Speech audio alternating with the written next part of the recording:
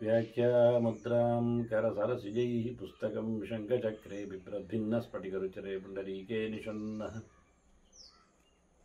ಅಮ್ಲಾನಶ್ರೀರಮೃತವಿಶದೇರಂಶಭಿಪ್ಲಾವಯನ ಮಾಮಾವಿರ್ಭೂಯಾದನಗಮಹಿಮಾಮಾನಸ್ವೇವಾಗಧೀಶಃ ನಮಸ್ತೆ ಪ್ರಾಣೇಶ ಪ್ರಾಣತ ವಿಭವಾಯಾಮನಿಮಗಾಹ ನಮಸ್ವಾಮಿನ್ ರಾಮಪ್ರಿಯತಮನುಮನ್ ಗುರುಗುಣ ನಮಸ್ತುಭ್ಯಂ ಭೀಮ ಪ್ರಭಾತಮ ಕೃಷ್ಣೇಷ್ಟ ಭಗವನ್ ನಮ ಶ್ರೀಮನ್ಮಧ್ವ ಪ್ರದಿಶ ಸುದೃಶನ್ನೋ ಜಯ ಜಯ ಶ್ರೀ ಗುರುಭ್ಯೋ ನಮಃ. ನಾರಾಯಣಂ ಸುರಗುರುಂ ಜಗದೇಕನಾಥಂ ಭಕ್ತಪ್ರಿಯಂ ಸಕಲಲೋಕ ನಮಸ್ಕೃತಂಚ ತ್ರೈಗುಣ್ಯವರ್ಜಿತಮಜಂ ವಿಭುಮಾದ್ಯಮೀಶಂ ವಂದೇ ಭವಗ್ರಂ ಅಮರಾಸುರಸಿದ್ಧವಂದ್ಯಂ ನಾರಾಯಣಂ ನಮಸ್ಕೃತ್ಯ ನರಂಚೈವ ನರೋತ್ತಮಂ ದೇವೀಂ ಸರಸ್ವತೀಂ ವ್ಯಾಸಂ ತಥೋ ಜಯಮುದೀರೇ. ವೇದವ್ಯಾಸರ ಮಹಾಭಾರತದ ಚಿಂತಕರಿಗೆ ವಂದನೆಗಳು. ಶಾಂತಿ ಪರ್ವದ 407ನೆಯ ಪ್ರವಚನ. ಭೀಷ್ಮರ ಬೋಧನೆಗಳು ಅಥವಾ ಧರ್ಮರಾಜನ ಪ್ರಶ್ನೆಗಳು ಮುಂದುವರಿದಿವೆ. ಹಾಗಾಗಿ ದಕ್ಷಯಜ್ಞದ ಚಿಂತನೆಯಲ್ಲಿ ವೀರಭದ್ರನ ಭದ್ರಕಾಳಿಯ ಆಟಾಟೋಪಗಳಿಗೆ ಸಿಲುಕಿದ ಯಜ್ಞವಾಟ ಸಂಪೂರ್ಣ ನಜ್ಜುಗುಜ್ಜಾಗಿದೆ ಅಂತ ಕೇಳಿದಾಗ ಮತ್ತೆ ಸ್ತುತಿಸಿದ ಶಿವನನ್ನು ಮೆಚ್ಚಿಸಿದ ದಕ್ಷ ಅಗ್ನಿಕುಂಡದಲ್ಲೇ ಮತ್ತೆ ಎದ್ದು ಬಂದ ಕಾಲಾಗ್ನಿ ರುದ್ರ ಅದು ಏನು ಬೇಕು ಅಂತ ಕೇಳ್ತಾನೆ, ಏನಾಗಲಿ ಅಂತ. ಆಗ ದಕ್ಷ ಎಲ್ಲ ಸರಿಯಾಗಲಿ ಅಂತ ಕೇಳಿಕೊಳ್ಳುವ ಚಿಂತನೆ ಪರಶುರಾಮನ ಮಾತೃವಧೆಯಂತೆ ನಾವು ಅದರ ಬಗ್ಗೆ ಕೆಲವು ಮಾತುಗಳನ್ನು ಕೇಳಿದ್ದೇವೆ. ದಕ್ಷ ಬಹಳಷ್ಟು ಹೆದರಿಕೊಂಡಿದ್ದಾನೆ. ಸಹಜವಾಗಿ ದೊಡ್ಡವನೇ ದಕ್ಷನಾದ್ದರಿಂದ ರುದ್ರನಿಗಿಂತ ಅಲ್ಲ, ಇತರ ದೇವತೆಗಳಿಗಿಂತ ಬೃಹಸ್ಪತಿ ಸಮನಾಗಿ ದೇವಗುರುಗಳಿಗೆ ಸಮನಾಗಿರುವುದರಿಂದವ. ಹಾಗಾಗಿ ಯೋಗ್ಯತೆಯಲ್ಲಿ ಜ್ಞಾನದಲ್ಲಿ ಸಹಜವಾಗಿ ಎತ್ತರದವನೇ. ಆದರೂ ಕೆಲವೊಮ್ಮೆ ಕೆಲವೊಂದು ಪ್ರಭಾವಕ್ಕೊಳಗಾಗಿ ಏನೇನೋ ತಪ್ಪಾಗುವ ಸಾಧ್ಯತೆಗಳಿರುತ್ತವೆ.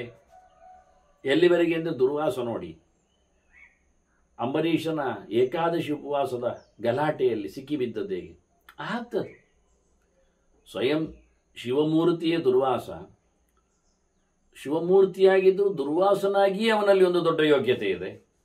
ಅತ್ರಿಯ ಮಗನಾಗಿ ಬಹಳ ದೊಡ್ಡ ತಪಸ್ವಿಯಾಗಿ, ಆದರೂ ಯಾವ ಭಯಕ್ಕಷ್ಟಿದ್ದ ಅಂಬರೀಷ ರಾಜನ ವಿಷಯದಲ್ಲಿ. ಆದರೆ ಮಹಾ ದೊಡ್ಡದು ವ್ರತ, ಏಕಾದಶಿ ವ್ರತ, ಅದರ ಎದುರಲ್ಲಿ ಎದುರು ಹಾಕ್ಕೊಂಡು ಅವ ಸಿಕ್ಕಿಬಿದ್ದ. ಹೀಗೆ ಬಹಳ ದೊಡ್ಡ ತತ್ವಗಳಾಗಿದ್ದರೂ ಕೆಲವೊಮ್ಮೆ ಸ್ವಲ್ಪ ಮಟ್ಟಿನಲ್ಲಿ ಹೆಚ್ಚು ಕಡಿಮೆ ಆಗ್ತದೆ ಎನ್ನುವುದು ಸತ್ಯ. ಹಾಗಾಗಿ ದಕ್ಷ ಬಹಳ ದೊಡ್ಡ ಮಟ್ಟಿನಲ್ಲಿ ಶಿವನ ವಿರೋಧವನ್ನು ಮಾಡಿಕೊಂಡ.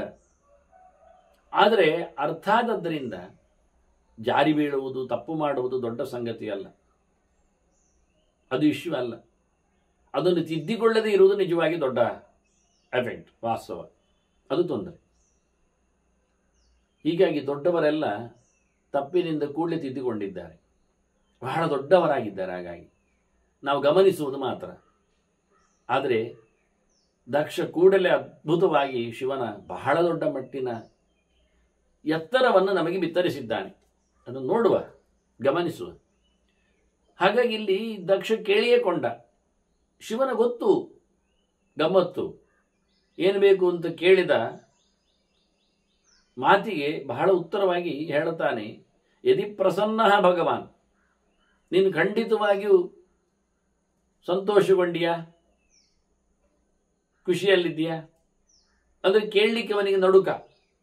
ಮತ್ತೆ ಪುನಃ ಕೇಳ್ತಾನವನು ಅಂತ ಹೇಳಿಕೊಂಡ್ರೆ ಇಷ್ಟೆಲ್ಲ ಮಾಡಿ ಆಹುತಿಲ್ಲದ ಯಜ್ಞವನ್ನು ನಡೆಸಿ ನನ್ನ ಭಾಮಿಗೆ ಬೇಸರ ಆಗುವಂತೆ ಮಾಡಿದವ ಅಂತೇಳಿ ಎಲ್ಲಿ ಗಲಾಟೆ ಮಾಡಿದಾದ್ರೆ ಯದಿ ಪ್ರಸನ್ನ ಭಗವಾನ್, ಪೂಜ್ಯರು ಪ್ರೀತಿ ಸಂಪನ್ನರೇ,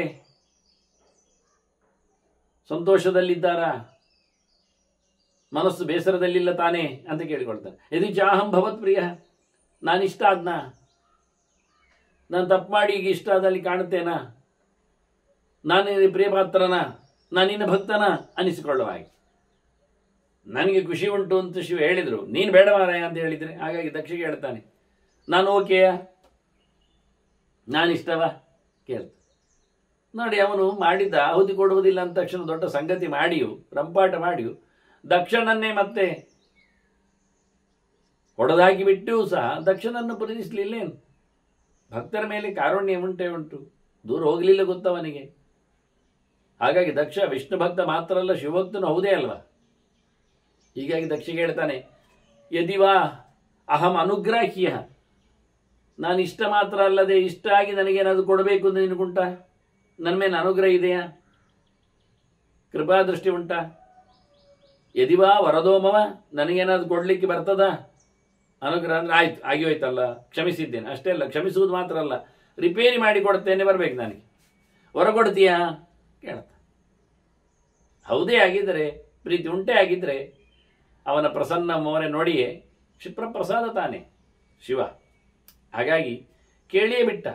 ಯತ್ ದಗ್ಧಂ ಭಕ್ಷಿತಂ ಪೀತಂ ಅಶಿತಂ ಯಚ್ಚ ನಾಶಿತಂ ಚೂರ್ಣೀಕೃತಂ ಅಪವಿದ್ಧಂಚ ಯಜ್ಞ ಸಂಭಾರಂ ಈದೃಶಂ. ನಾನೇನು ಇಲ್ಲಿ ಇದು ಏಳು ಏನೆಂದು ಹೇಳು ಎನ್ನುವುದಕ್ಕೆ ಒಂದು ಸೇರ್ಪಡೆ ಇದ್ದಾವೆ. ಇಲ್ಲಿ ಏನಾಗಿದೆ, ಒಂದಿಷ್ಟು ಸುಟ್ಟಾಗಿ ಬಿಟ್ಟಿದ್ದಾರೆ, ಬೆಂಕಿ ಕೊಟ್ಟು ಬಿಟ್ಟಿದ್ದಾರೆ. ಬಹಳ ಸುಲಭವಾಗಿತ್ತು ರುದ್ರ ಗಡನಗಳಿಗೆ.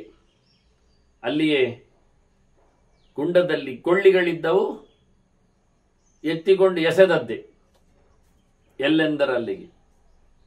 ಹಾಗೆ ಒಂದಷ್ಟು ಕಡೆಯಲ್ಲೆಲ್ಲ ಸುಟ್ಟೋಗಿದೆ.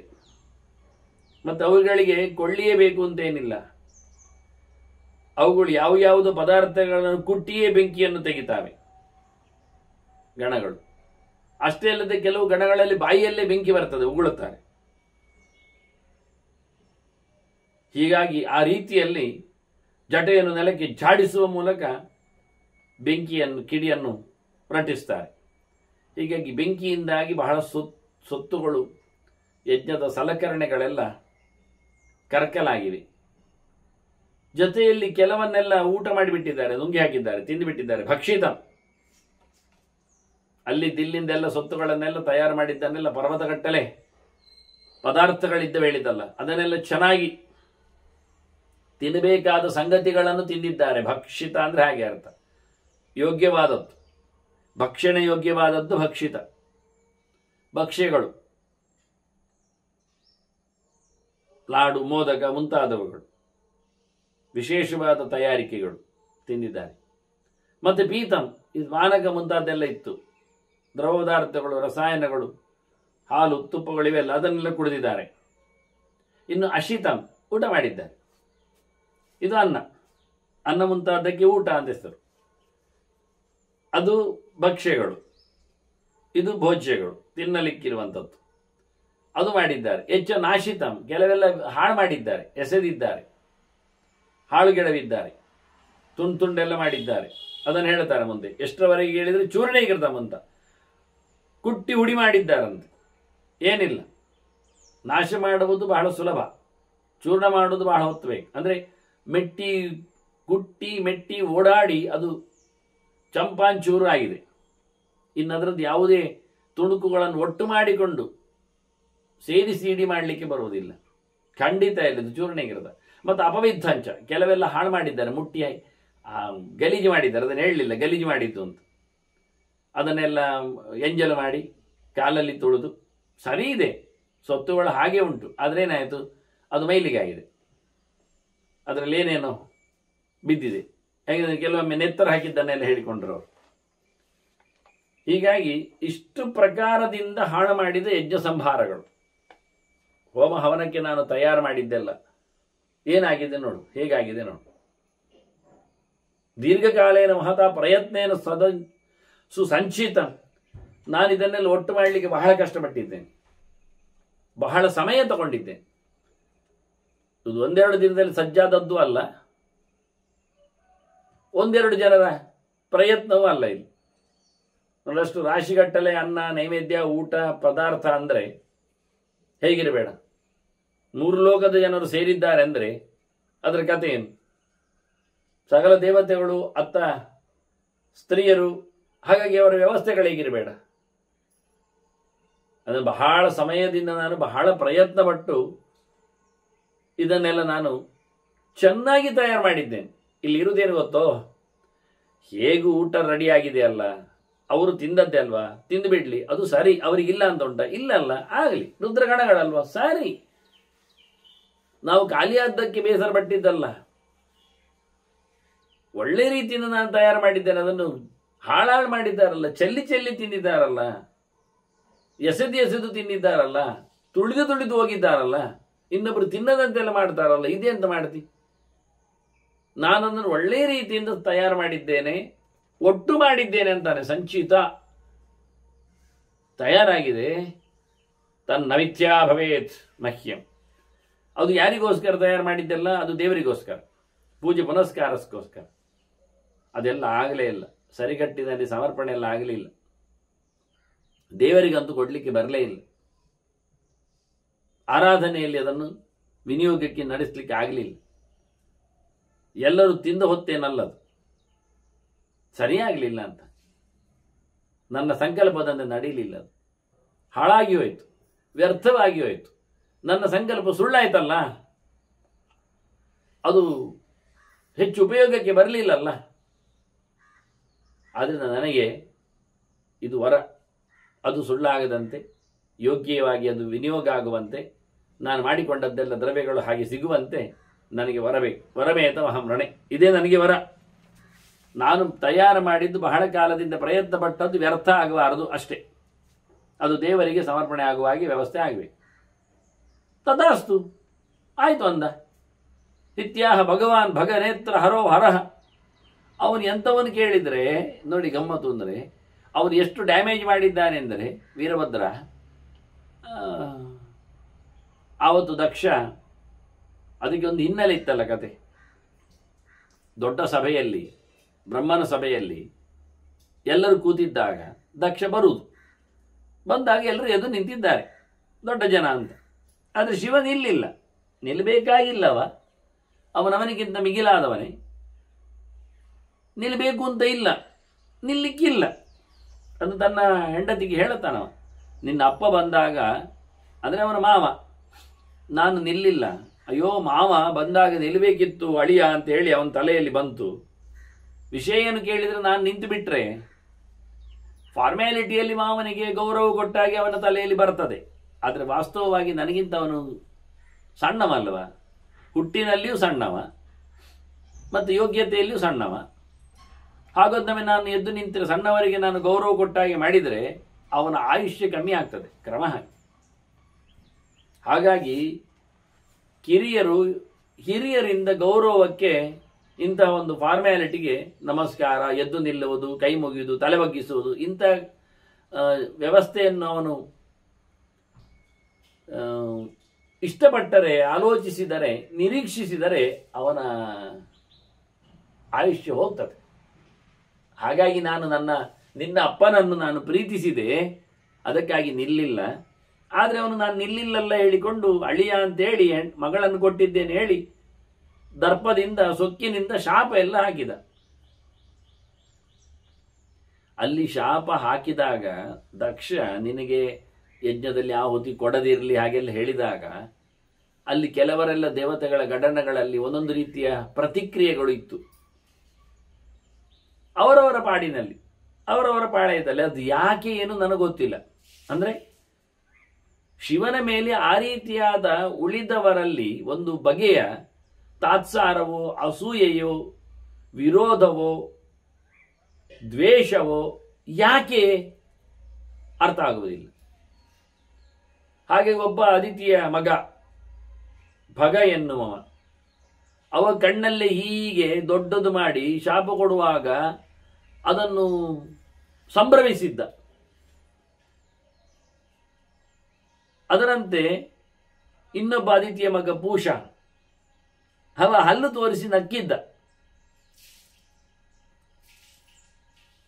ಅಲ್ಲಿ ಭೃಗು ಋಷಿ ಅವನೇ ಹೋಮದಲ್ಲಿ ಪಾತ್ರ ವಹಿಸಿಕೊಂಡವ, ಆಹುತಿ ಕೊಡದೆ ನಿಲ್ಲುವಲ್ಲಿ ಅಲ್ಲ, ಅದು ಯಜಮಾನ ಹೇಳಿದಾಗಲ್ಲ ಅವನು.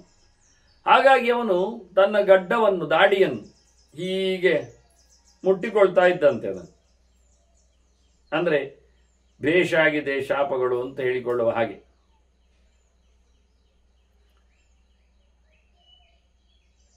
ಹೀಗೆ ಒಬ್ಬೊಬ್ಬರು ಒಂದೊಂದು ರೀತಿಯಾಗಿ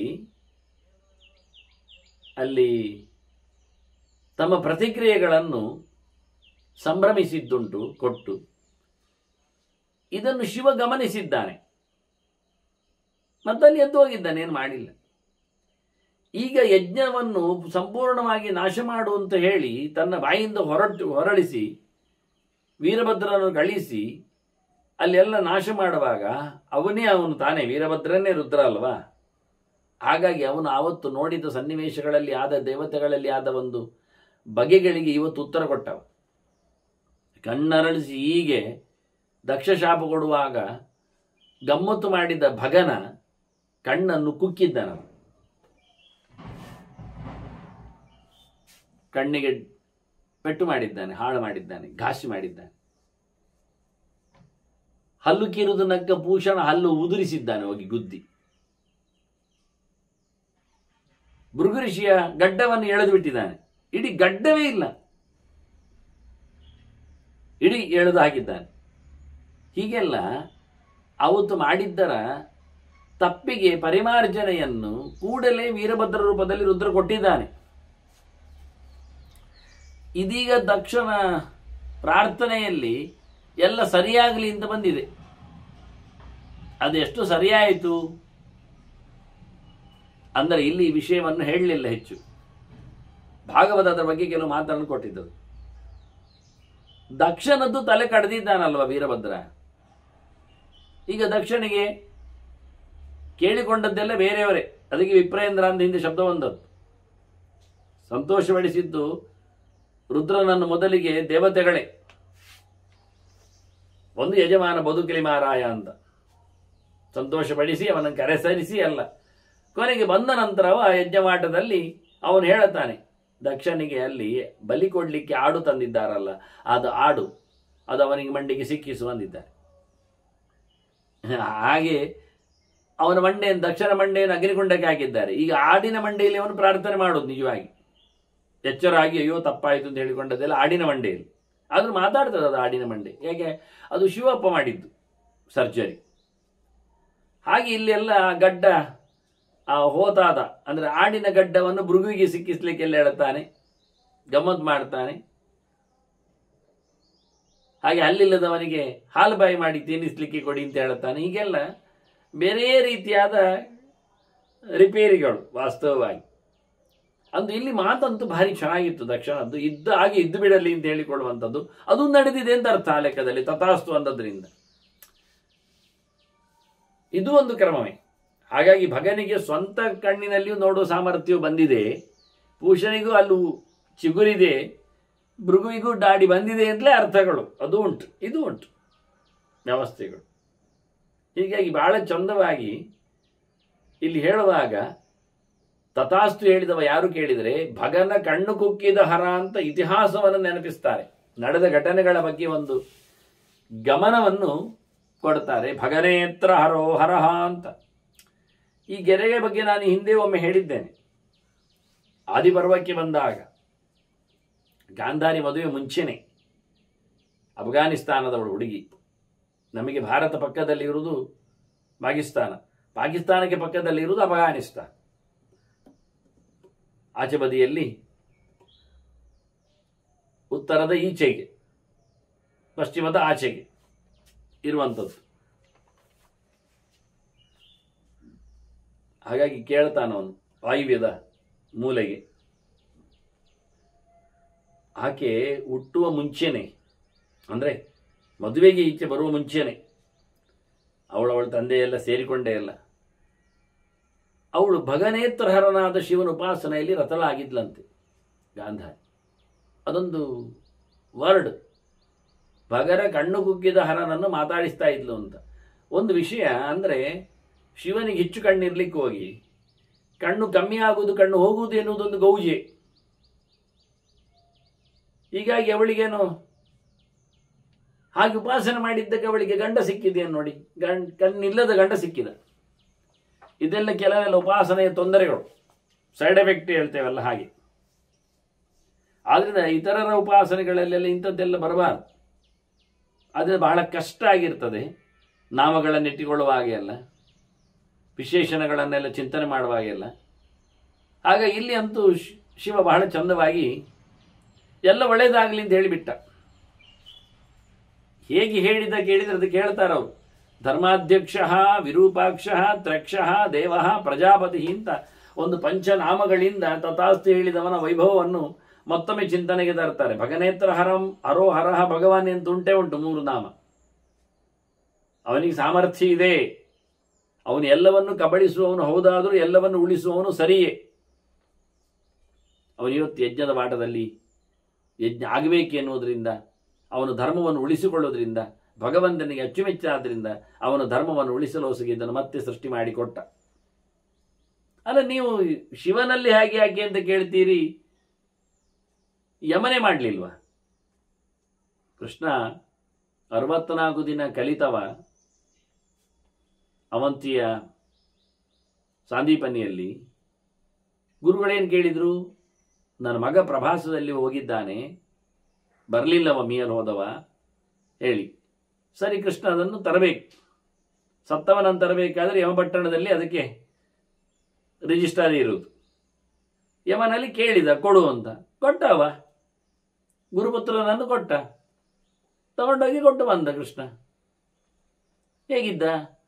ಯಾವಾಗ ಸತ್ತಿದ್ದಾನೋ ಆನಂತರ ಈಗ ಎಷ್ಟು ಬೆಳೆದಿರ್ತಾನೋ ಅಷ್ಟರ ಮಟ್ಟಿನಲ್ಲಿ ತಂದು ಕೊಟ್ಟಿದ್ದಾರೆ. ಹಾಗಾದರೆ ಅವನ ಸತ್ತ ಕಥೆ ಎಂಥದ್ದು? ಸತ್ತದ್ದು ಯಾರು? ಸತ್ತದ್ದು ದೇಹ, ಜೀವ ಸಾಯುವುದಿಲ್ಲ. ಹಾಗಾಗಿ ಜೀವ ಯಮಲೋಕಕ್ಕೆ ಹೋಗಿದೆಯೋ ಎಲ್ಲಿ ಉಂಟೋ ಎಲ್ಲೇ ಇರಲಿ, ಜೀವಂತೂ ಎಲ್ಲಿ ಬೇಕಾದರೆ ಇರ್ತಾನೆ. ಅವರವರ ಯೋಗ್ಯತೆಗೆ ತಕ್ಕಂತೆ ಅವರನ್ನು ಕಂಟ್ರೋಲ್ ಮಾಡಲಿಕ್ಕೆ ಸಿಕ್ಕಿದಾಗ ಹಿಡಿದಲಿಕ್ಕೆ ಸಿಗ್ತಾನೆ. ಹಾಗಾಗಿ ಆವತ್ತು ಸತ್ತವ ಅವನ ದೇಹ ಅದು ಪ್ರಾಣಿಗೆ ಬಲಿಯಾಗಿದೆಯೋ, ನೀರಿಗೆ ಬಿದ್ದದ್ದು, ಏನಾಗಿದೆಯೋ ಹೋಗಿದೆ, ಕೊಳೆತು, ಅದಿಲ್ಲ. ಜೀವ ಯಮಲೋಕಕ್ಕೆ ಬಂತು, ತಾನು ಸತ್ತದ ಸುದ್ದಿಯನ್ನು ತಿಳಿಸಿತು. ಅಲ್ಲಿಗೆ ಅದಕ್ಕೆ ಬೇಕಾಗಿರತಕ್ಕಂತಹ ಲೋಕಗಳ ಪ್ರಾಪ್ತಿಗಳೆಲ್ಲ ಆಗಲಿಕ್ಕೆ ಶುರುವಾಗ್ತದೆ. ಈಗ ಏನಾಯಿತು, ಮುಂದೆ ಕೃಷ್ಣನ ಪ್ರವೇಶ ಆಗಲಿಕ್ಕೆ ಹೋಗಿ, ಅಧ್ಯಯನ ಆಗಲಿಕ್ಕೆ ಹೋಗಿ, ಕೃಷ್ಣ ಆ ಯಮನ ಹತ್ರ ಹೋಗಿ ಆವತ್ತು ಸತ್ತ ಹುಡುಗ ನನಗೀಗ ಬೇಕು ಅಂದ. ಸರಿಂದ ಅವನಿಗೆ ಐಡೆಂಟಿಫಿಕೇಶನ್ ಉಂಟು, ಯಾರು ಏನು ಎಲ್ಲಿ ಬಂದದ್ದೆಲ್ಲ ಆಯಿತು ಅಂತೇಳಿ ಅವನನ್ನು ಅವನಿಗೆ ಪಂಚಭೂತವಾದ ದೇಹವನ್ನು ಕೊಟ್ಟು ಕಳಿಸಿದ. ಸ್ಥೂಲವಾದ ದೇಹವನ್ನೀಗ ಅವನು ಸೂಕ್ಷ್ಮ ದೇಹದಲ್ಲಿದ್ದ, ಅಥವಾ ಎಲ್ಲಿಯೋ ಯಾವುದೋ ಒಂದು ದೇಹದಲ್ಲಿ ಹುಟ್ಟಿ ಬಿದ್ದಿರ್ಬೋದು, ಗೊತ್ತಿಲ್ಲ, ಅದು ಹೇಳಲಿಲ್ಲ ಯಾರು ಸಹ. ಅದೇನು ಯಾವ ತಿಳಿಸ್ಲಿಲ್ಲ. ಅವನು ಹೀಗಿದ್ದಾನೆ, ಅಲ್ಲಿದ್ದ ಕಡೆಯಲ್ಲಿ ಕಾಡಿನಲ್ಲಿ ಹುರಿಮಲಿ ಆಗಿದ್ದಾನೆ ಅದನ್ನು ಹೇಳಿದ್ನ? ಇಲ್ಲ. ಇಂಥದ್ದೊಂದು ಮರಸೊಪ್ಪು ಹುಟ್ಟಿದ್ದಾನೆ ಹೇಳಲಿಲ್ಲವ. ಹಾಗಾಗಿ ಅವನು ಇನ್ನೂ ರೀಬರ್ತನ್ನು ಪಡೆದಿರಲಿಲ್ಲ. ಮತ್ತೆ ಯಮಲೋಕದಲ್ಲಿ ಏನು ನರಕವನ್ನು ಅನುಭವಿಸ್ತಾ ಕೂತಿದ್ದಾನೋ ಅದನ್ನೆಲ್ಲ ಹೇಳಲಿಕ್ಕೆ ಹೋಗಲಿಲ್ಲ. ಅವನು ಸ್ವರ್ಗದಲ್ಲಿ ಸುಖವನ್ನು ಅನುಭವಿಸ್ತಾ ಇದ್ದಾನೆ ಅದನ್ನು ತಿಳಿಸ್ಲಿಕ್ಕೆ ಹೋಗಲಿಲ್ಲ. ಅವ ಎಲ್ಲಿದ್ದ ಅಂತ ಹೇಳಲಿಲ್ಲ. ಕೃಷ್ಣ ಕೇಳಿದ್ದಕ್ಕೆ ಅವನನ್ನು ತಂದು ಈಗ ಭೌತ ಲೋಕಕ್ಕೆ ಹೇಗೆ ಬೇಕು ಹಾಗೆ ಅವನನ್ನು ಮಾಡಿ, ಹಿಂದಿನ ದೇಹ ಅವನದ್ದು ಯಾವ ರೀತಿಯಲ್ಲಿತ್ತೋ ಅದಕ್ಕೆ ಅನುಗುಣವಾಗಿ ಈಗ ದೇಹವನ್ನು ಮತ್ತೊಂದನ್ನು ಸೃಷ್ಟಿ ಮಾಡಿ ಕೊಟ್ಟ. ಹೀಗೆ ಬಹಳಷ್ಟು ದೊಡ್ಡ ಮಟ್ಟಿನ ಕೆಲಸಗಳನ್ನು ಅವರೇ ಮಾಡಿರುವಾಗ ಇನ್ನು ಶಿವನ ಕಥೆ ಕೇಳುವುದೇನು? ಯಮ 12ನೇ ಕಕ್ಷೆಯವ, ಶಿವ 5ನೇ ಕಕ್ಷೆಯವ. ಎಷ್ಟು ಮೇಲಕ್ಕಿಲ್ಲ, ಬರೋಬರಿ ಇದ್ದಾನೆ. ಹಾಗಾಗಿ ಇವತ್ತು ಶಿವ ಧರ್ಮಾಧ್ಯಕ್ಷ ವಿರೂಪಾಕ್ಷ ತ್ರಕ್ಷ ದೇವ ಪ್ರಜಾಪತಿ, 3 ಕಣ್ಣಿನ ಶಿವ, ವಿಕಾರವಾಗಿರತಕ್ಕಂತಹ ಕಣ್ಣು ಪಡೆದವ. ಅವನು ಪ್ರಜೆಗಳ ಪಾಲನೆಯಲ್ಲಿಯೂ ರತನಾದ್ದರಿಂದ ಅವನು ಪಶುಪತಿ ಅಲ್ಲವ, ಹಾಗಾಗಿ ಸಂಹಾರ ಮಾಡ್ತಾನ ಅಕಾಲದಲ್ಲಿ ಅಲ್ಲ. ಹಾಗಾಗಿ ಅವನು ಪಾಲನೆಗೋಸ್ಕರವೇ ಈಗ ಆಯಿತು ಅಂದಿದ್ದಾನೆ. ಭಾರಿ ಖುಷಿಯಾಗಿದೆ ದಕ್ಷನಿಗೆ. ಗಂಟು ಕಾಲಿಗೆ ಕೊಟ್ಟು, ಅಂದರೆ ಮಂಡಿ ಊರಿ ಅಂತ ಅರ್ಥ. ಮಂಡಿ ಊರಿ ಮಣಿದ ಅಂತ ಹೇಳುದಿಲ್ವ ಹಾಗೆ. ಜಾನುಭ್ಯಾಮ ಮನಿಂಗತ್ವ. ಈ ಪದಗಳು, ಈ ಶ್ಲೋಕಗಳು, ಈ ಗೆರೆಗಳು ಬಹಳ ಕಡೆಯಲ್ಲಿ ಬರ್ತವೆ. ಜಾನುಭ್ಯಾಮ ಮನಿಂಗತ್ವ ಅಂತೇಳಿ. ನಾನು ಕಳೆದ ಬಾರಿ ಕೃಷ್ಣ ಜನ್ಮೋತ್ಸವದ ಬಗ್ಗೆ PPT ಪವರ್ ಪಾಯಿಂಟ್ ಪ್ರೆಸೆಂಟೇಷನ್ ಮಾಡಿದಾಗ ಚಂದ್ರನಿಗೆ ಅರ್ಘ್ಯ ಕೊಡಲಿಕ್ಕೆ ಉಂಟು, ಅದು ಅಂಗಳದಲ್ಲಿ ರಾತ್ರಿ ಚಂದ್ರೋದಯದ ಬಳಿಕ ಅಷ್ಟಮಿ ರಾತ್ರಿಯಲ್ಲಿ ಹೇಳಲಿಕ್ಕೆ ಬಹಳಷ್ಟು ಪ್ರಮಾಣಗಳನ್ನೆಲ್ಲ ತೋರಿಸಿಕೊಟ್ಟು ಅಲ್ಲಿ ಹೋಗುವಾಗ ಅರ್ಘ್ಯ ಕೊಡುವಾಗ ಇನ್ನೇನು ನಿಂತು ಎತ್ತರದಲ್ಲಿ ಚೆಲ್ಲುವುದಲ್ಲ ಅಂತ ಹೇಳಲಿಕ್ಕೋಸ್ಕರ ಜಾನುಭ್ಯಾಮನಿಂಗತ್ವ ಎನ್ನುವ ಮಾತನ್ನು ಸಂಹಿತೆಯಲ್ಲಿ ಬಂದದ್ದನ್ನು ತೋರಿಸಿಕೊಟ್ಟಿದ್ದೇನೆ. 2 ಗಂಟುಗಳನ್ನು ನೆಲಕ್ಕೆ ಊರಿ, ಅಂದರೆ ಕೆಲವೊಮ್ಮೆ ಮಳೆ ಬಂದಿರ್ತದೆ, ಅಂಗಳ ಕೆಸರಿರ್ತದೆ ಅಂತ ಒಂದೊಮ್ಮೆ ನೀವು ಉದಾಸೀನ ಮಾಡಬೇಡಿ ಅಂತ ತಿಳಿಸ್ಲಿಕ್ಕೆ ಚೊಕ್ಕ ಮಾಡಿರ್ತೀರಿ. ನಮಗೊತ್ತು, ವರ್ಷಕ್ಕೊಮ್ಮೆ ಬರುವ ಕೃಷ್ಣಾಷ್ಟಮಿಗೆ ನಾವು ತಯಾರಾಗದಿದ್ರೆ ಮತ್ತೆ ಯಾವುದಕ್ಕೆ ತಯಾರಾಗುವುದು? ಈ ಇನ್ನೊಂದರಲ್ಲಿ ಮತ್ತೆ 1 ಕಾಲು ಊರಿ ಅಂತ ಹೇಳಿದ್ದಾರೆ, 1 ಗಂಟು ಕೊಟ್ಟು ಅಂತ. 2 ಗಂಟು ಕೊಡಿ, 1 ಗಂಟು ಕೊಡಿ ಕಾಲಿಗೆ. ಅಂತೂ 1/4 ಗಂಟು ನೆಲಕ್ಕೆ ಹಾಕಿ ಬಗ್ಗಿ ಅರ್ಗೆ ಕೊಡ್ಲಿಕ್ಕೆ ಇರುವಂಥದ್ದು ಅಂತ. ಅದು ಇಲ್ಲಿ ಸಹ ಇವನು 1/4 ಗಂಟೆ ನೆಲಕ್ಕೆ ಊರಿ, ಮಂಡಿ ಊರಿ, ಮಂಡೆ ಬಗ್ಗಿಸಿ ಅಲ್ಲ, ಮಂಡಿ ಊರಿ ಮತ್ತೆ ದೇವರನ್ನು ನೋಡಿ ನಾನು ಕೆಳಗಿದ್ದೇನೆ ನಿನಗಿಂತ ಅಂತ ತಿಳಿಯಲಿಕ್ಕೋಸ್ಕರ ಬಹಳ ಚಂದವಾಗಿ ಜಾನುಭ್ಯಾಂ ಅವನಿಂಗತ್ವ ದಕ್ಷ ಲಬ್ಧ್ವಾ ಭವಾದ್ ವರಂ. ಶಿವನಿಂದ ವರ ಪಡೆದವ ನಾಮನಾಮಷ್ಟ ಸಹಸ್ರೇಣ ಸ್ತುತವಾನ್ ವೃಷಭಧ್ವಜಂ. ಬೂರಿ ಮೇಲೆ ಏರಿ ಕುಳಿತ ಹರನನ್ನು 1008 ಹೆಸರುಗಳಿಂದ ಚಿಂತನೆಗೆ ಶುರು ಮಾಡಿದ ಅಂತ ಹೇಳ್ತಾರೆ. ಹರಿ ಖುಷಿ ಆಯ್ತು ಅವನಿಗೆ, ಸ್ತೋತ್ರವನ್ನು ಶುರು ಮಾಡಿದ್ದ. ಧರ್ಮರಾಜ ಕೇಳ್ತಾನೆ ಭೀಷ್ಮರ ಹತ್ರ, ಭೀಷ್ಮರೇ ಅದು ಬೇಕಲ್ಲ ನನಗೆ? ಎಂಥದ್ದು? ಅದೇ ಬೋರೀಶನ ಬಗ್ಗೆ ಮಾತಾಡಿದ ಕತೆ ನನಗೆ ಬೇಕು, 108 ಹೆಸರುಗಳು ನನಗೆ ಸಿಗಬೇಕಲ್ಲ ಅಂತ. ಆಯ್ತು ಅಂದ್ರು ಭೀಷ್ಮರು. ಬಹಳ ಚಂದವಾಗಿ ಮಾತಾಡಿದ್ದಾನೆ. ಅವನ ನಾಮಗಳೆಲ್ಲ ನಮಗೆ ಕೆಲವು ಅರ್ಥ ಆಗುವುದಿಲ್ಲ, ಕೆಲವು ಅರ್ಥ ಆಗ್ತದೆ ಅಂತಾರೆ ಅವರು, ಅವರೇ ಹೇಳ್ತಾರೆ. ಹಾಗಾಗಿ ನಾನು ಎಷ್ಟು ಅರ್ಥ ಹೇಳಬಲ್ಲೆ ನೋಡಿ. ಈ ಸರ್ತಿ ನಾವು 1008 ಶಿವನ ನಾಮವನ್ನು ಎತ್ತಿಕೊಳ್ಳುವ, ದಕ್ಷ ಮಾಡಿದ್ದನ್ನು ನಮಗೆ ಕೇಳಬೇಕು ನಾವು ಸಹ. ಹಾಗಾಗಿ ಹತ್ತಿರದಲ್ಲಿ ಇನ್ನು ಶಿವರಾತ್ರಿ ಬರಲಿಕ್ಕೆ ಉಂಟು, ಹಬ್ಬ ಬಂದಾಗಿ. ಹಾಗಾಗಿ ಗೂಢವ್ರತಸ್ಯ ಗುಹ್ಯಾನಿ ಪ್ರಕಾಶಾನಿ ಚ ಭಾರತ. ಅವನ ಚರ್ಯೆಯೇ ಮೊದಲೇ ನೆನಪಿಟ್ಟುಕೊಳ್ಳಿ, ಅವನು ಗೂಢವ್ರತ ಅಂತ. ಶಿವನಿಗೆ ಹೆಸರು ಏನು? ಗೂಢವ್ರತ ಅಲ್ಲ ರೀ, ಬೆಲ್ಲ ತಿನ್ನೋ ಒಂದು ಅರ್ಥ ಮಾಡಬೇಡಿ. ಮತ್ತೆ ಗೂಢವ್ರತ, ನಿಗೂಢ ರಹಸ್ಯವಾದ ವ್ರತವನಿಗೆ. ಅವನ ದೇವರ ವ್ರತವನ್ನೆಲ್ಲ ಪಬ್ಲಿಕ್ಕಲ್ಲಿ ಮಾಡೋದಿಲ್ಲ, ಹೇಳಿಕೊಡುವುದಿಲ್ಲ ಯಾರಿಗೂ. ನೋಡಿ, ಆದರೂ ಹೆಂಡತಿಗೆ ಹೇಳಿದ್ದನ್ನು ನಾವು ಕೇಳಿಬಿಟ್ಟೆವು. ಮೆಲ್ಲ ಹೆಂಡತಿಯನ್ನು ಕರೆದು ಹೇಳ್ತಾನೆ, ರಾಮ ರಾಮೇತಿ ರಾಮೇತಿ ರಮೇ ರಾಮೇ ಮನೋರಮೇ ಅಂತ, ರಾಮ ರಾಮ ಹೇಳು ಅಂತ.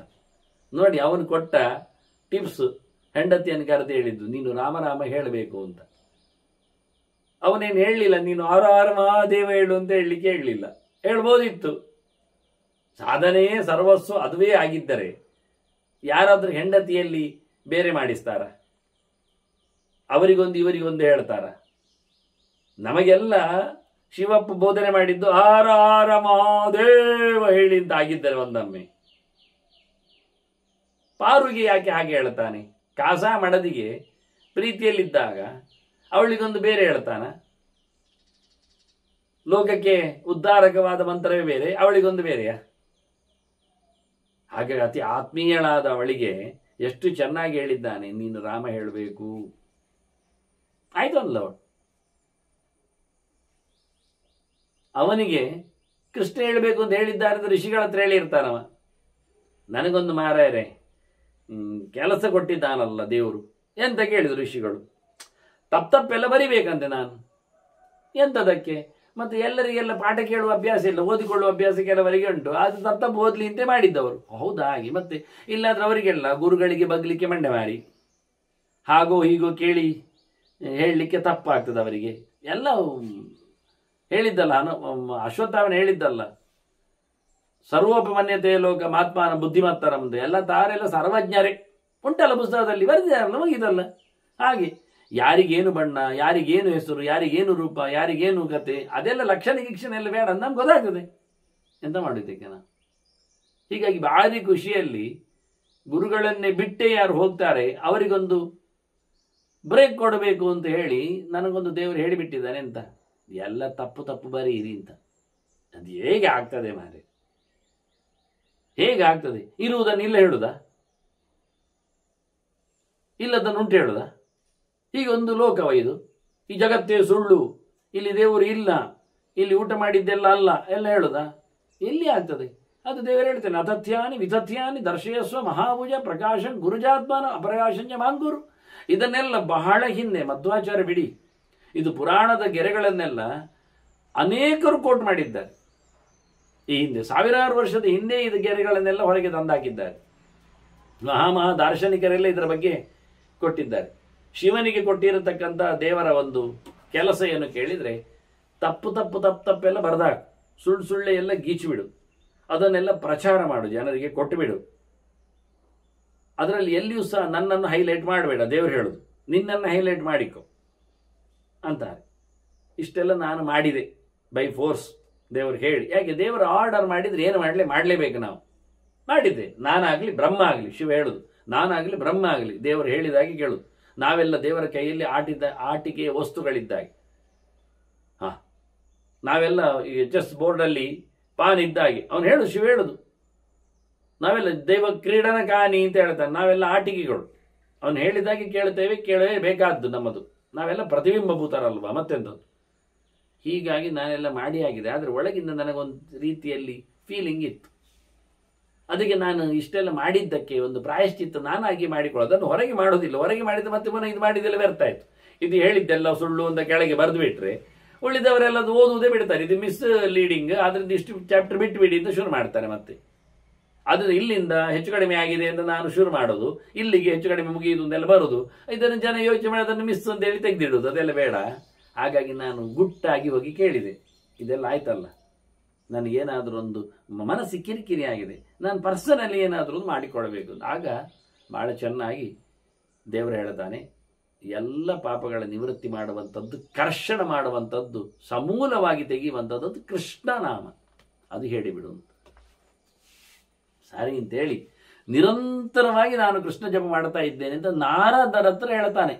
ಇದನ್ನೆಲ್ಲ ನಾನು ನನ್ನ ಕೃಷ್ಣ ಸಮೀಕ್ಷೆಯಲ್ಲೆಲ್ಲ ಗೆರೆಗಳನ್ನು ಉದ್ಧಾರ ಮಾಡಿದ್ದೇನೆ, ಕೊಟ್ಟಿದ್ದೇನೆ. ಇದು ಎಲ್ಲಿ ಉಂಟಲ್ಲ ಕೇಳಲಿಕ್ಕೆ ಹೋಗಬೇಡಿ, ಎಲ್ಲ ಕೊಟ್ಟಿದ್ದೇನೆ.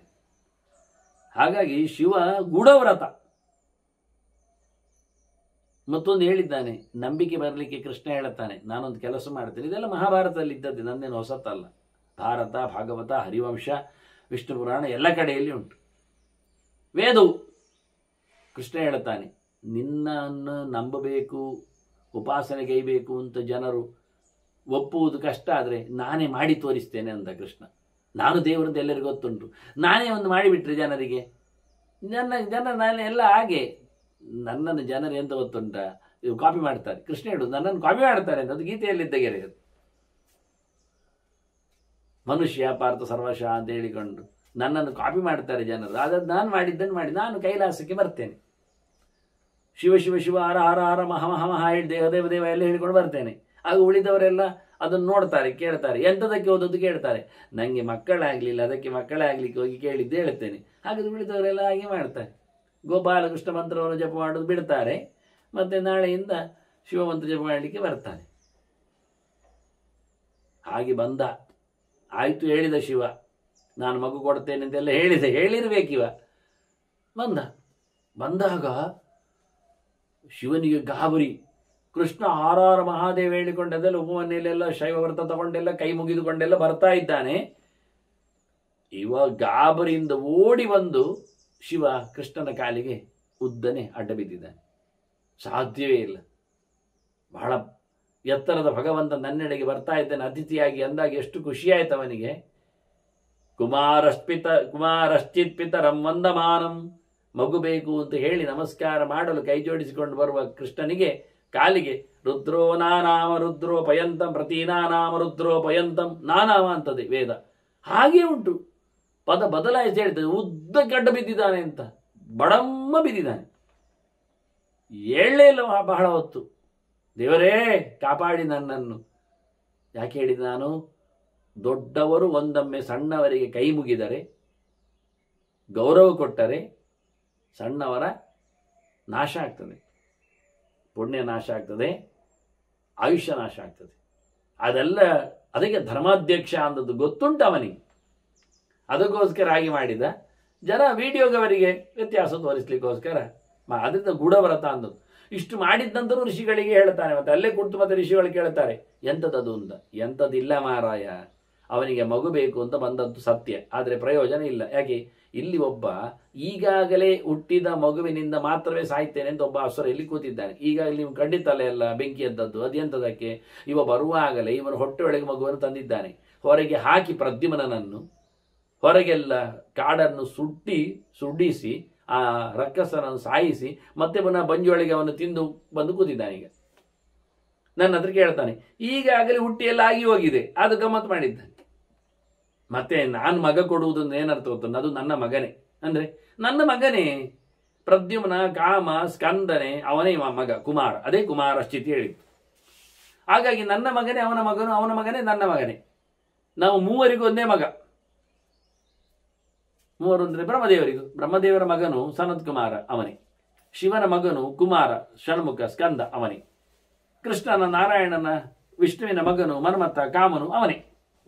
ಅವನಿಗೆ ಮಾರ ಅಂತ ಹೆಸರು, ಇವನಿಗೆ ಕುಮಾರ ಅಂತ ಹೆಸರು, ಅವನಿಗೆ ಸನತ್ ಕುಮಾರ ಅಂತ ಹೆಸರು. ನೋಡಿ ಹೆಸರಿನಲ್ಲಿ ಒಂದಿಟ್ಟದ್ದು ನೋಡಿ ಗೊತ್ತಾಗ್ಲಿಕ್ಕೆ. ಯಾನೆ ಯಾನೆ ಯಾನೆ ಅಂತ, ಮಾರ ಯಾನೆ, ಕುಮಾರ ಯಾನೆ, ಸನತ್ ಕುಮಾರ, ಮತ್ತೆ ಯಾನೆ ಎಲ್ಲ ಬೇಡ. ಇದು ಮೂರು ಜನರಿಗೂ ಒಂದೇ ತತ್ವ ಹುಟ್ಟಿದ್ದು. ಅದೇ ಇಂದ್ರ ಸಮನಾದಂಥ ವಸ್ತು ಅದು. ಹೀಗೆ ಇಷ್ಟೆಲ್ಲ ಋಷಿಗಳಿಗೆ ಬೋಧ ಹೇಳಿದವ ಗೂಢವ್ರತ ಶಿವ.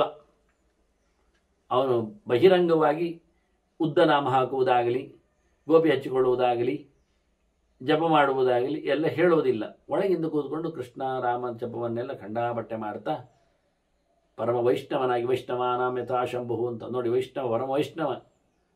3 ಹೊತ್ತಿನ ಜಪ, ಅನುಸಂಧಾನ, ಅಷ್ಟಮಹಾಮಂತ್ರಗಳ ಚಿಂತನೆ, ದೇವರ ಪುರಾಣ ಇತಿಹಾಸಗಳ ಪಾರಾಯಣ, ವೇದ ಪ್ರವಚನ, ಇವೆಲ್ಲ ಒಂದು ಮೂಲೆಯಲ್ಲಿ ಅದೇ ಕೆಲಸವನಿಗೆ.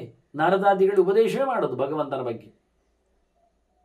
ಈಗ ಅದ್ದೂರಿಯಾಗಿ ಗುಢವ್ರತಸ್ಯ ನಾಮಾನಿ ಅಂತ ಅದಕ್ಕೆ ಹೆಸರುಗಳನ್ನು ನಾನು ಹೇಳ್ತೇನೆ. ಗುಹ್ಯಾನಿ, ಕೆಲವು ಗುಟ್ಟು, ಕೆಲವು ಪ್ರಕಾಶ, ಕೆಲವು ಸ್ಪಷ್ಟ, ಕೆಲವು ಹೊರಗಿನವನ ಅಸುರ ಸಂಹಾರದ ತ್ರಿಪುರಾದಿಗಳದ್ದು ಅದರಲ್ಲಿ ಗುಟ್ಟಿದೆ ಹೇಳ್ತೇನೆ ಅಂತ ಹೇಳಿ. ಆದ್ರಿಂದ ನಾನಿಲ್ಲಿ ಅದು ನಿಮಗೆ ಕೆಲವೆಲ್ಲ ಗುಟ್ಟಿನ ವಿಷಯ ಹೇಳಿದರೆ, ಕೆಲವೆಲ್ಲ ಪ್ರಕಾಶ ವಿಷಯ ಹೇಳಿದರೆ ಅದೆಲ್ಲ ಮೊದಲೇ ಅವನ ಬಗ್ಗೆ ಹೇಳಿಕೊಂಡದ್ದು ಭೀಷ್ಮರು. ಗುಹ್ಯಾನಿ ಪ್ರಕಾಶಾನಿ, ಕೆಲವು ನಿಗೂಢ, ಕೆಲವು ಓಪನ್, ಕೆಲವು ಅಂಶಗಳು ಅದರಲ್ಲಿ ಮುಚ್ಚಿಕೊಂಡಿವೆ, ಕೆಲವು ಬಿಚ್ಚಿಕೊಳ್ತವೆ. ಈ ರೀತಿಯಾಗಿ ಅವನ ಚಿಂತನೆ ಮಾಡುತ್ತೇನೆ ಅಂತ ಹೇಳಿ ನಾನು ಬಹಳಷ್ಟು ವಿವರಣೆ ಹೆಚ್ಚು ಕೊಡಲಿಕ್ಕಿಲ್ಲ, ಹೋಗ್ಲಿಕ್ಕಿಲ್ಲ. ಆದರೂ ಶಿವನನ್ನು ಕರೀಲಿಕ್ಕೇನು ತಪ್ಪಿಲ್ಲ. ನಮಸ್ತೆ ದೇವ, ನಮಸ್ತೆ ರುದ್ರಮನ್ಯ ಹೇಳಿದಾಗೆ ನಮಸ್ತೆ ದೇವ, ದೇವೇಶ, ದೇವಾರಿ ಬಲಸೂದನ. ದೇವತೆಗಳ ಅರಿ ಅಂದರೆ ದೈತ್ಯರು, ಅವರ ಬಲಸೂದನ, ಬಲವನ್ನು ತೆಗೆದವ. ದೇವೇಂದ್ರ, ದೇವತೆಗಳಿಗೆಲ್ಲ ಸ್ವಾಮಿಯಾದವ ನೀನೆ. ದೇವೇಂದ್ರ ಬಲ ವಿಷ್ಟಂಬ, ದೇವತೆಗಳ ಇಂದ್ರನಾದ ಯಾರು ಇಂದ್ರ ಇದ್ದಾನೆ ಅವನ ಬಲವನ್ನು ತಗ್ಗಿಸಿದವ. ನಿಜವಾಗಿ ಇಂದ್ರನಿಗಿಂತ ಮಿಗಿಲಿವ. ಹೌದು. ದೇವದಾನವ ಪೂಜಿತ, ದೇವತೆಗಳು ಪೂಜೆ ಮಾಡ್ತಾರೆ, ದೈತ್ಯರು ಪೂಜೆ ಮಾಡ್ತಾರೆ. ಅದೇ ಕಷ್ಟ ಆಗೋದು. ಸಹಸ್ರಾಕ್ಷ ನೋಡಿ, 1000 ಗಟ್ಟಲೆ ಕಣ್ಣು ಉಂಟಂತೆ ಅವನಿಗೆ, ಕಮ್ಮಿ ಅಲ್ಲ. ಸಹಸ್ರಾಕ್ಷನಿಗೇನೆ ಮೇಲಿದ್ದಾನೆ ಅಂದ್ರೆ ಮತ್ತೆ ಅದು ವಿರೂಪಾಕ್ಷ, ತ್ರಕ್ಷ, ಯಕ್ಷಾಧಿಪ ಪ್ರಿಯ ನೋಡಿ, ಎಷ್ಟು ಚಂದವಾದ ಹೆಸರುಗಳು. ಯಕ್ಷರಿಗೆ ಅಧಿಪತಿ ಆದವು ಕುಬೇರ, ಕುಬೇರನ ಇಷ್ಟದವ. ಕುಬೇರನಿಗೆ ಸ್ವಾಮಿ ಇದ್ದಾನೆ, ದುಡ್ಡು ಕೊಡ್ಲಿಕ್ಕೆ ಅವನಲ್ಲಿ ಹೇಳ್ತಾನೆ. ಸರ್ವತಃ ಪಾಣಿಪಾದಾಂತ, ಸರ್ವತೋಕ್ಷಿ ಶಿರೋಮುಖ, ಸರ್ವತಃ ಶ್ರುತಿಮಲ್ಲೋಕೆ, ಸರ್ವಮಾವೃತ್ಯ ತಿಷ್ಠಸಿ. ಇದು ಕೃಷ್ಣ ಗೀತೆಯಲ್ಲಿ ಕಂಡಂತೆ ಅರ್ಜುನನಿಗೆ. ಅರ್ಜುನ ಹಾಗೆ ನೋಡಿದ, ಎಂತ ಮಾರೆ, ಎಲ್ಲ ಕಡೆ ನಿಂದು ಕೈ ಕಾಲುಗಳು, ಮೋರೆ ಕಣ್ಣುಗಳು, ಎಂತ ಅರ್ಥ ಆಗುವುದಿಲ್ಲ. ಹಾಗೆ ಶಿವನದ್ದು ವ್ಯಾಪ್ತವಾದ ದೇಹಗಳಿವೆ, ಸರ್ವತ್ರ ಅವನು ಇದ್ದಾನೆ. ಆಕಾಶವನ್ನೇ ಸೃಷ್ಟಿ ಮಾಡಿದವನಿಗೆ ಅದಕ್ಕಿಂತ ಮಿಗಿಲಾದ ರೂಪಗಳು ಬೇಡವಾ? ಆಕಾಶ ತತ್ವ ಅಭಿಮಾನಿಯಾದ ಗಣಪತಿಯೇ ದೊಡ್ಡ ಸಂಗತಿ ಆದರೆ ಅವನಪ್ಪ ಎಷ್ಟು ದೊಡ್ಡ ಸಂಗತಿ ಆಗಲಿಕ್ಕಿಲ್ಲ. ಅದನ್ನೇ ಇಲ್ಲಿ ಕರೆದತ್ತು. ಶಂಕುಕರ್ಣ, ಮಹಾಕರ್ಣ, ಕುಂಭಕರ್ಣ, ಅರ್ಣವಾಲಯ ಅಂದ್ರೆ ಕಿವಿಯ ಚಿಂತನೆ ಮಾಡುವಾಗ ಕಿವಿ ಏನು ಖಾಲಿ ಕಿವಿಯಲ್ಲ, ಕಿವಿಯಲ್ಲಿ ಭಗವಂತನ ಬಗ್ಗೆ ಕೇಳಿಕೊಳ್ತೀನಿ ಅಂತ ಹೇಳಿಕ್ಕೋಸ್ಕರ. ಅರ್ಣವಾಲಯ, ಸಮುದ್ರದಲ್ಲೇ ನೀನಿದ್ದೀಯ. ಹೌದು, ಸಮುದ್ರಕ್ಕೂ ಅವನಿಗೊಂದು ಜಾಗ ಉಂಟು, ಅದಕ್ಕೆ ಕಾಲಾಕಿ ನಿರುದ್ರನಾಗಿದ್ದಾನೆ ಹೇಳಿದ್ದಲ್ಲ. ಹಾಗೆ ಗಜೇಂದ್ರಕರ್ಣ, ಗೋಕರ್ಣ, ಪಾಣಿಕರ್ಣ ನಮೋಸ್ತುತೆ. ಕೈಯಾಗಿ ಕಣ್ಣಲ್ಲ, ಕೈಯೂ ಕಣ್ಣೆ. ಅವನ ಕೈಯೂ ಕೆಲವೊಮ್ಮೆ ಕೇಳುತ್ತದೆ ನೋಡಿ ವಿಷಯ. ಯಾಕೆ ಕೈ ನೋಡುವಾಗ ಕಿವಿಯಾಗಿ ಕಾಣೋದಿಲ್ಲ? ಹೀಗಿರ್ಕೊಂಡ್ರೆ ಹಾಗಾಗಿ ಅದನ್ನು ಕರೆದುಬಿಟ್ಟು ಮತ್ತೆ ನೀನು ಏನನ್ನು ಬೇಕಾದರೂ ದಯ ಪಾಲಿಸ್ತೀಯ, ಕೊಡಲಿಕ್ಕೆ ಬರ್ತದೆ, ರಕ್ಷಣೆ ಮಾಡುವ ಕೈ ಅದು ಪಾತಿ ಅನ್ನೋ ನೆಲೆಯಲ್ಲಿ ಮತ್ತೆ ಶತೋದರ, ಶತಾವರ್ತ, ಶತಜಿಹ್ವ ನಮೋಸದೆ, ಈಗ 100 ಗಟ್ಟಲೆ, 1000 ಗಟ್ಟಲೆ ಹೋಗಿ 100 ಗಟ್ಟಲೆ ಅಲ್ಲ ಮಾರ್ಯಾರ. ಶತ ಅಂದ್ರೆ ಶಂ ತನೋತಿ ಅಂತ ಸುಖವನ್ನು ಕೊಡ್ತದೆ. ನಿನ್ನ ಸುಖಾತ್ಮಕವಾದ ದೇಹಗಳ ಅವಯವಗಳು ಎಲ್ಲಿಯೂ ತಪ್ಪಿಲ್ಲ. 100 ಗಟ್ಟಲೆ ಸುಳಿ ನಿನ್ನ ದೇಹದಲ್ಲಿ ಉಂಟು. 106 ನಾಲಿಗೆಗಳು, ಸುಖಪ್ರದವಾದ ನಾಲಿಗೆಗಳು. ಗಾಯಂತಿತ್ವಾ ಗಾಯತ್ರಿಣೋ ಅರ್ಚಂತ್ಯರ್ಕ ಮರ್ಕಿಣಃ ಬ್ರಹ್ಮಾಣಂತ್ವಾ ಶತಕೃತಂ ಊರ್ಧ್ವಂ ಕಮಿಮ ಮೇನಿರೆ. ಇದು ವೇದ ಮಂತ್ರದ್ದೇ ತರ್ಜಮೆ ಇದ್ದಾಗೆ ಉಂಟು, ವೇದದಲ್ಲಿ ಹಾಗೆ ಉಂಟು. ಗಾಯಂತಿತ್ವ ಗಾಯತ್ರಿಣೋರ್ ಚಂದ್ಯರ್ಕ ಮರ್ಕಿಣಃ ಬ್ರಹ್ಮಾಣತ್ವ ಅಂತ ಹೇಳಿಕೊಂಡು ಉದ್ವಾಂಶಮೇ ಮೇನಿರುಂಟು. ಇಲ್ಲಿ ಊರ್ಧ್ವಂ ಹೇಳ್ತಾನೆ, ಕಮಿವ ಮೇನಿರೆ, ನೀನು ಆಕಾಶದಂತೆ ಭಾರಿ ಎತ್ತರ. ನಿನ್ನನ್ನು ಋಗ್ವೇದಿಗಳು ಸ್ತೋತ್ರ ಮಾಡುತ್ತಾರೆ, ಗಾಯತ್ರಿಯಲ್ಲಿ ಸ್ತೋತ್ರ ಮಾಡುತ್ತಾರೆ, ಯಜುರ್ವೇದಿಗಳು ಸ್ತೋತ್ರ ಮಾಡುತ್ತಾರೆ, ಸೂರ್ಯಮಂಡಲದಲ್ಲಿ ನೋಡ್ತಾರೆ. ಅವನ ಅಷ್ಟ ಸ್ಥಾನಗಳಲ್ಲಿ ಸೂರ್ಯ ಸ್ಥಾನ ಇಲ್ವ? ವೇದದಲ್ಲಿ ನಿನ್ನನ್ನು ಚಿಂತನೆ ಮಾಡುತ್ತಾರೆ. ನೀನು ಯಜ್ಞಯಾಗವನ್ನು ಮಾಡಿದೀಯ, ನೀನು 100 ಗಟ್ಟಲೆ ಹೋಮ ಮಾಡಿದ, ನೀನು ಶತಕ್ರತುವೆ. ಮಾತೃಹಿತೆ ಮಹಾಮೂರ್ತೆ, ಏನಿದೆ ಕೇಳಿದೆ ನಿಂದು. ಎಲ್ಲ ಕಡೆ ಸಮುದ್ರಾಂಬರ ಸನ್ನಿವ, ಆಕಾಶದಂತೆ ಸಮುದ್ರದಂತೆ ಕಾಣತಕ್ಕಂಥ ನಿನ್ನ ವಿಶಾಲವಾದ ಮೂರ್ತಿ, ರೂಪ, ಚಿಂತನೆ, ದೇಹ, ಅದು ಸರ್ವಾವೈ ದೇವತಾ ಹ್ಯಸ್ಮಿನ್, ಎಲ್ಲ ದೇವತೆಗಳು ಇದರಲ್ಲಿ ನೆಲೆಗೊಂಡಿದ್ದಾರೆ. ಹೇಗೆ ಕೇಳಿದರೆ ಗಾವೋ ಗೋಷ್ಠಿ ವಾಸು, ಕೊಟ್ಟಿಗೆಯಲ್ಲಿ ದನಗಳೆಲ್ಲ ಒಟ್ಟು ಸೇರಿದಾಗ ಎಲ್ಲ ದೇವತೆಗಳು ನಿನ್ನ ಮೈಯಲ್ಲಿ ಸೇರಿದ್ದಾರೆ. ಇವನ್ ವಿಷ್ಣು ಇದ್ದಾನೆ, ಹೌದು, ಹೃದಯದಲ್ಲಿ ಆಶ್ರಯಿಸಿದ್ದಾನೆ. ಗುರುಗಳು ಇದ್ದಾರೆ, ಬೃಹಸ್ಪತಿ ಇದ್ದಾನೆ, ಬ್ರಹ್ಮದೇವರಿದ್ದಾರೆ ತಲೆ ಮೇಲೆ, ಸರಿ, ವಿಜ್ಞಾನಮಯ ಕೋಶದಲ್ಲಿ ಯಾರಿಲ್ಲ. ವರುಣನು ಇದ್ದಾನೆ ಸೊಂಟದಲ್ಲಿ, ಹೊಟ್ಟೆಯಲ್ಲಿ, ಚಂದ್ರನು ಇದ್ದಾನೆ, ಸೂರ್ಯನು ಇದ್ದಾನೆ, ಅಗ್ನಿ ಇದ್ದಾನೆ, ಅದು ಕಣ್ಣಿನಲ್ಲಿ 3 ಸೋಮ ಸೂರ್ಯ ಅಗ್ಲೋಚನ.